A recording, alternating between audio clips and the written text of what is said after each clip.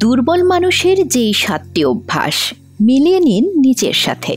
সফল এবং অসফল মানুষের জীবনী জানতে হলে প্রথমেই জানতে চাইতে হবে তারা সকালের সময়টা কিভাবে কাটিয়েছেন। সকালের সময় ব্যবহারের পার্থক্যই একজন মানুষ থেকে অন্য মানুষের পার্থক্য গড়ে দেয়।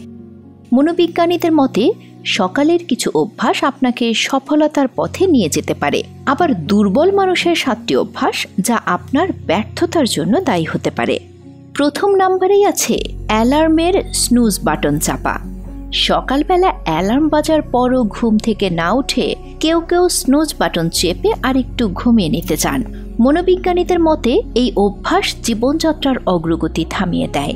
দিনের শুরুটা একটু দেরিতে করা কোনো ক্ষতি না মনে হলেও এটি হলো দায়িত্ব এড়ানোর একটি চিহ্ন।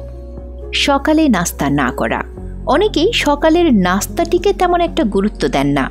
সকালে নাস্তা না করলে মানুষের কর্মক্ষমতা, মনোযোগ ও উৎপাদনশীলতা কমে যায়। ব্যায়ামে অবহেলা। শারীরিক কার্যক্রমে অনীহা দুর্বল মানুষের একটি সাধারণ অভ্যাস। সকালবেলা মাত্র 10 মিনিটের সহজ ব্যায়ামও সারাদিন মুড ভালো রাখতে পারে। ডিজিটাল ডিভাইসের প্রতি আসক্তি। অনেকেই আছেন সকালবেলা ঘুম ভেঙেই মোবাইল নিয়ে বসে যান। এতে মূল কাজ থেকে মনোযোগ সরে যায়, মানসিক শান্তি ও ধৈর্য কমিয়ে দেয়। কৃতজ্ঞতা প্রকাশের অভ্যাস না করা। কৃতজ্ঞতা প্রকাশের অভ্যাস না থাকা দুর্বল মানুষের একটি চিহ্ন। কৃতজ্ঞতা প্রকাশের অভ্যাস এবং ভালো কিছুর ভাবনা ইতিবাচক মনোভাব তৈরিতে সহায়তা করে। সূর্যের আলো থেকে দূরে থাকা।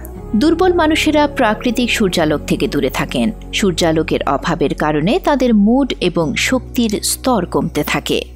অভ্যাসের পরিবর্তন করা। দুর্বল মানুষেরা তার প্রতিদিনের জীবনকে নিয়ে ভাবেন না।